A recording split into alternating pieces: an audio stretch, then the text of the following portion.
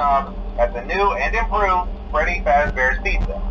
I'm here to talk you through some of the things you can expect to see during your first week here and to help you get started down this new and exciting career path.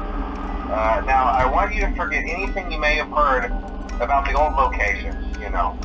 Some people still have a somewhat negative impression of the company.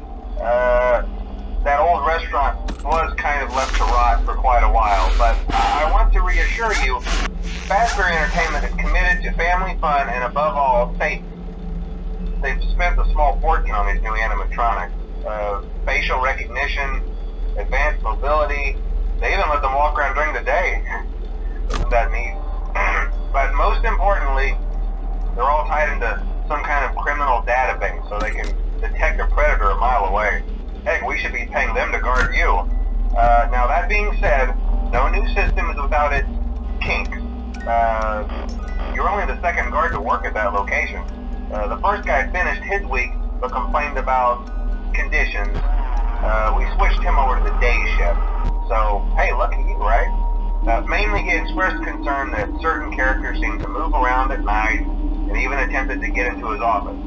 Now, from what we know, that should be impossible. That restaurant should be the safest place on Earth.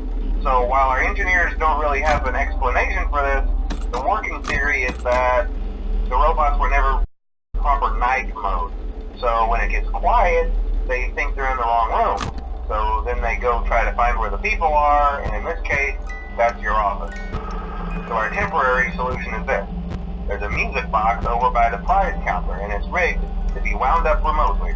So just every once in a while, switch over to the prize counter video feed and wind it up for a few seconds. It doesn't seem to affect all of the animatronics, but it does affect one of them. And as for the rest of them, we have an even easier solution.